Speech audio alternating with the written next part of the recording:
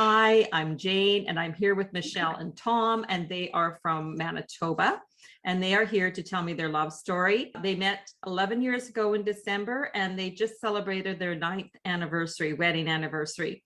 So my first question is always, how did you meet? And who wants to go first? Because usually there's two different stories.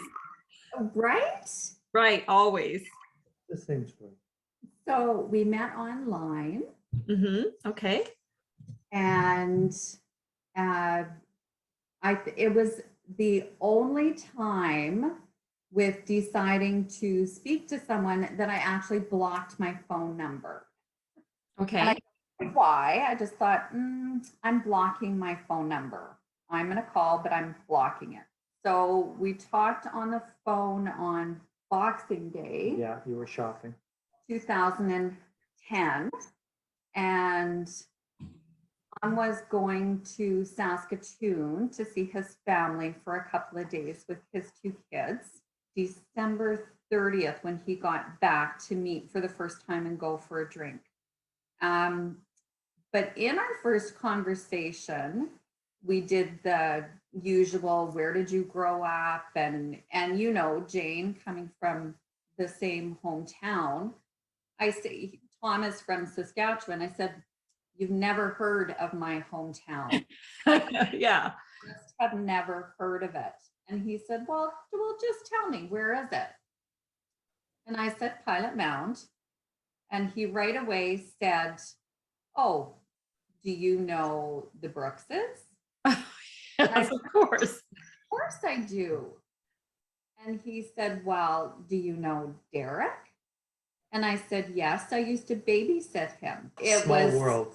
Small world. Yeah. Okay, well, tell me a bit about how online dating works, because I haven't ever done it. So you put up a profile and then you looked at people and how does it work?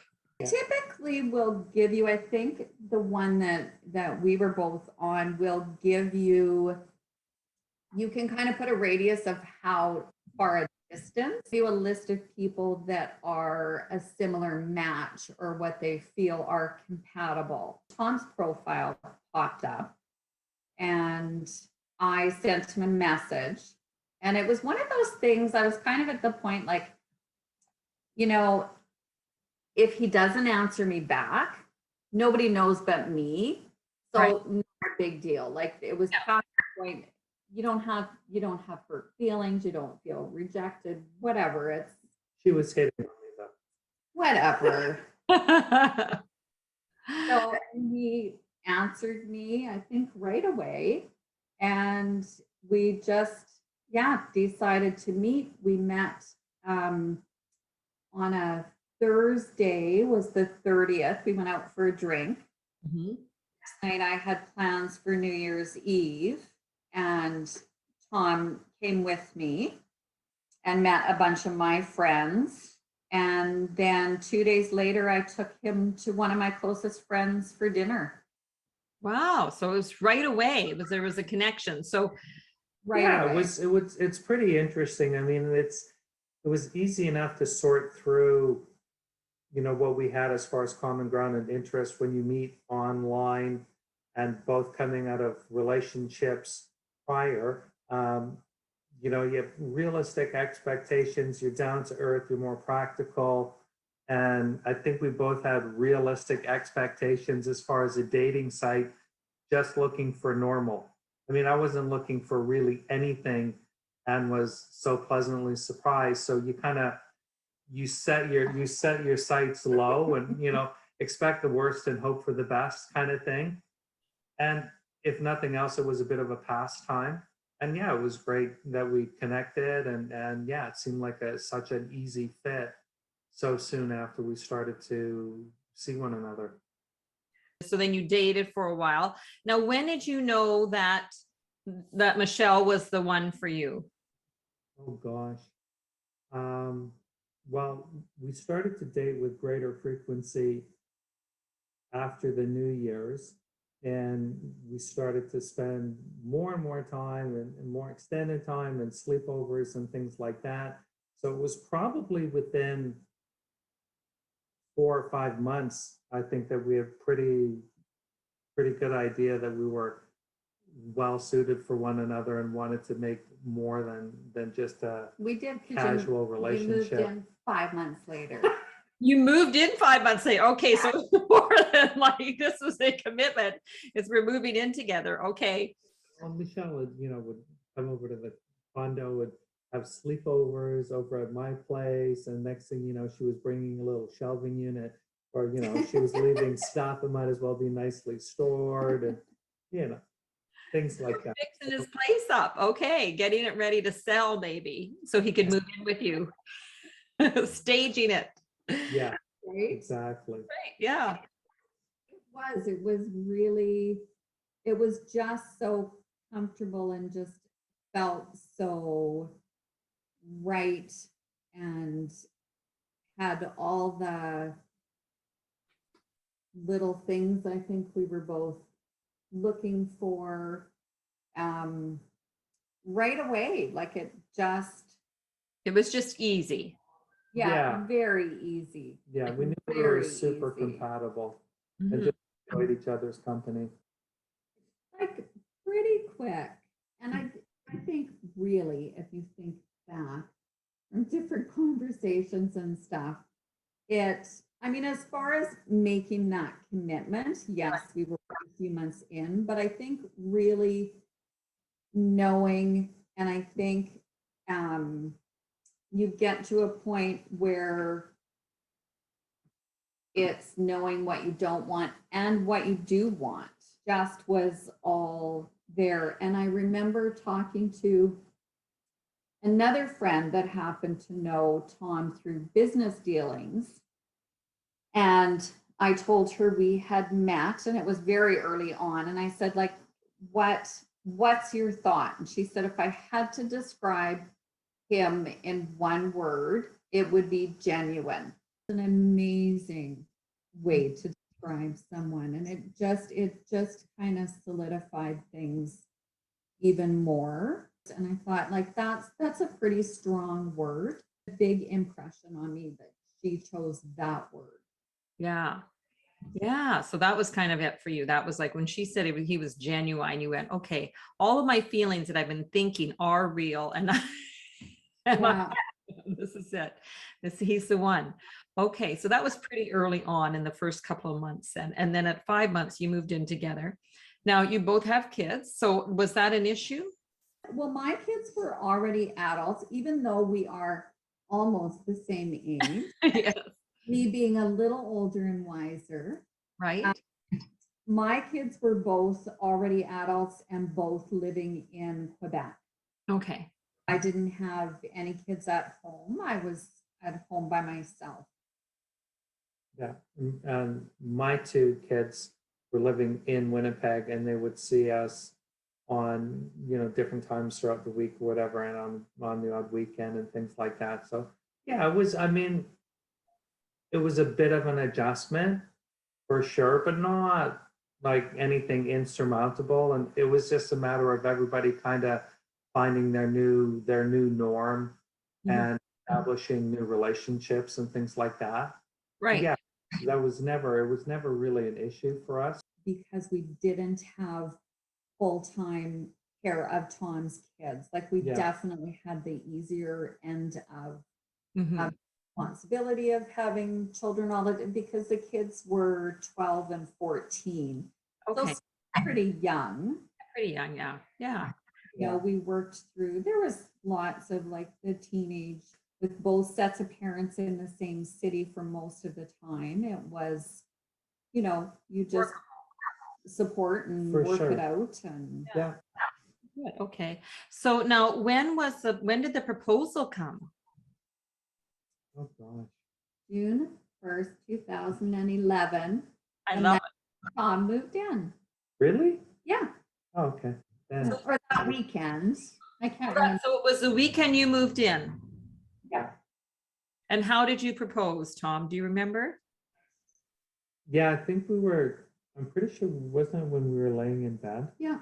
Laying in bed, maybe it was on Sunday morning, sort of thing, and just having a very practical discussion about our relationship and the fact that we lived under one roof and everything else, and I think we pretty much decided we were what we wanted in the other person. So I just kind of said, oh, well, why don't we just do this then? Why don't we just get married?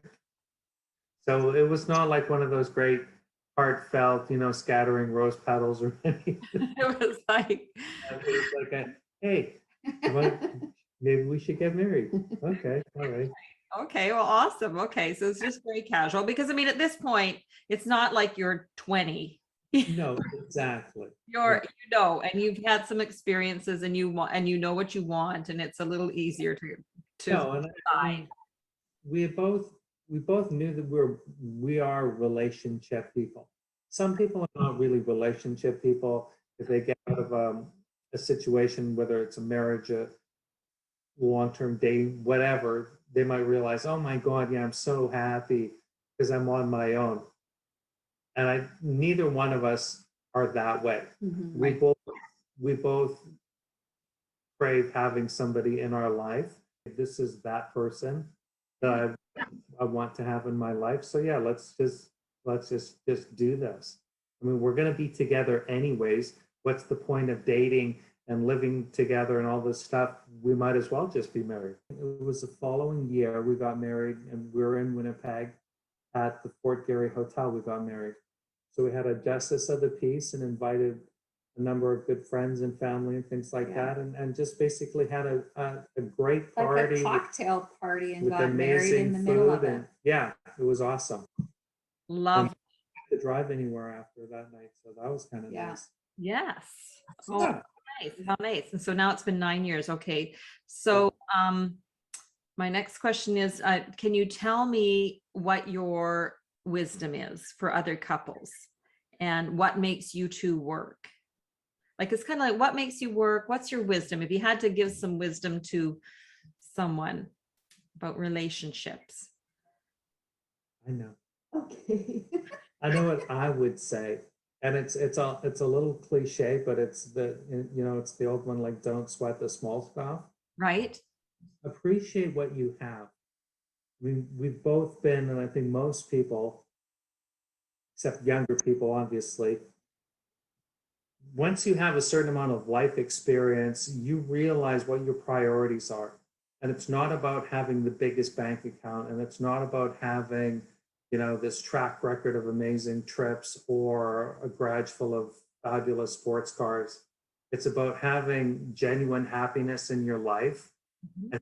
and the kind of people in your life that you want to share that with, and just being able to sit back and appreciate someone else's company, appreciate your quality of life, appreciate being able to laugh and just enjoy things, and having stability and security, and that feeling of being appreciated and loved from somebody else. Like, those are the things that are super meaningful. And if you take that into account, and you understand what's really important, it makes life a whole lot easier, and you're not chasing some crazy rainbow that really is not all that important.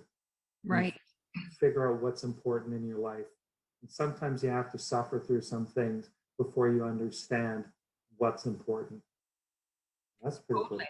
That's very good wisdom. Thank you. That's good. He did good. Do you have anything to add, Michelle? Absolutely 100% agree. It's hard for me I hope that everyone laughs as much as we do. And I mean, like, real laughter. It's like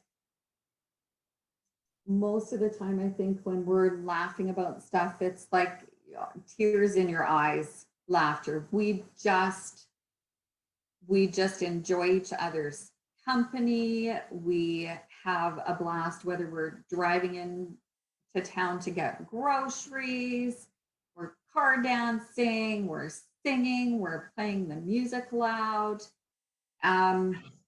It is like Tom said, like, just appreciating what you have, for sure. Um, for me, I think the biggest thing, and I think it's something that we work at every day, and we're still finding the perfect kind of balance, if there is a perfect one, is communication, because our communication styles are very different. Different. And I don't, Do you want to elaborate on that? well, I think it's one of those things, there's lots of things you can kind of adjust how you do things to fit with how your partner does them. There's things that you find to kind of meld together. I think communication styles, Yeah. you have to learn what the other person's communication style is and understand it and appreciate it, but be able to work with that. I'm a talker. I don't need a yes or a no or whatever, but I do need to say all the words that are in my head. Yeah. Tom is not. Tom is a muller. So Okay. if anything happens or comes up, he's almost non-reactive to the conversation. It's like it feels to me sometimes, and that's what I've learned and what I've got past. It always felt like he kind of shut down. Well, he didn't. He just he needs to process it. Mm-hmm. Mm-hmm. All it needs to be processed, and then he's good to, I can talk all I want. So they're really extreme communication styles. There actually are. There's lots written about that, about communication styles, and how some people they have to say everything, and then the real point is right at the very end. And then there's other people who just come out and just blurt it out, and there's nothing. And then there are the maulers who need to just do exactly what you do. And that's actually, there's books written about that, Yeah. about the different types of And communication. it does, I think if they're emotional discussions, makes it tough. If they're just practical household, whatever, planning things, whatever, it's not as big an adjustment. But I think when there have been emotional things, it has made it a little harder. But I think we've also grown probably the most in our relationship from the communication road that we've gone down in learning and appreciating and learning to work with each other's communication styles. And I think, like Tom said, like, to be friends, like we are, like he is my very best friend. There's no one I would rather spend time with. I know a lot of people, I'm sure, have struggled with the pandemic over a very large chunk of time of not having an outside social circle, gatherings, all of that. And we really, like, it's been just fine because we enjoy spending time together because we enjoy each other. Right. Yeah. Fortunate in that respect. Yes, I know. Yeah, because people have been spending a lot of time together, for sure. That's for sure. No, it was weird when things started to open up and you could go out and do a lot of things, but they only wanted one person per household. Oh, We're not doing that. That's not fun. Who wants to go shopping by yourself? Like, this is what we do together. yeah. We go get groceries together. We go to the mall together, whatever it is. We just do stuff together. Yeah. So, like, we might as well just still be on lockdown. We're not just going on our own. Right. Yeah, so it was kind of weird. So Yeah. Well, and I think some people felt like that, like we were so together all the time that everything we did together. Now it's like, nope, now you can go out and do things. And you're just like, well, is that safe? I don't know. we're fortunate though. We really do enjoy each other's company. It doesn't matter what we're doing. That's awesome. That's fantastic. Yeah. It's fun. Yeah. Yeah. And so coming up, 9th anniversary, 11 years ago in December. Do you celebrate that anniversary? On the 30th when you met? for the first You know time? what? When we moved back to Manitoba, my intention was to see if I could book the table that we met at for the first time and go and have dinner or just have a drink or whatever and surprise Tom with that. And then, of course, COVID hit. so yeah, so we haven't really. Christmas, I guess, is kind of extra special because that's always kind of a reminder. Oh, how many Christmases is this together? And I Yeah. remember my first Christmas, what you bought me, and different little things like that. Mhm. Yeah. So Right. there's lots of little milestone ones, and two, when we see one of our first family events with Tom's family, because my parents had been gone for 10 plus years when we met, was a family wedding that I went with Tom and his kids to Saskatoon and met the whole gang. So when that couple celebrates their anniversary, it always feels extra special to me too, because of actually having been at a big family event and Yeah. yes, different little things that, Little romantic gestures, it seems like, and remembrances too, along yeah, remembering to, yeah, remind each other when these events happened and how they were special to you and all that kind of stuff. Yeah. That's important too, I think. Yeah. Well, thank you very much for sharing your story. I love it. I love it. thanks for And you're asking one me. of the few people I've interviewed who met online. So it's nice to have you guys share your story. Yeah, it's just the way it was at the stage we were at. And Yeah. yeah, and I always say, out of all the thousands of people that were online, like how incredibly lucky and by chance that we found each other. Yeah. It was, Yeah, just meant to be. yeah.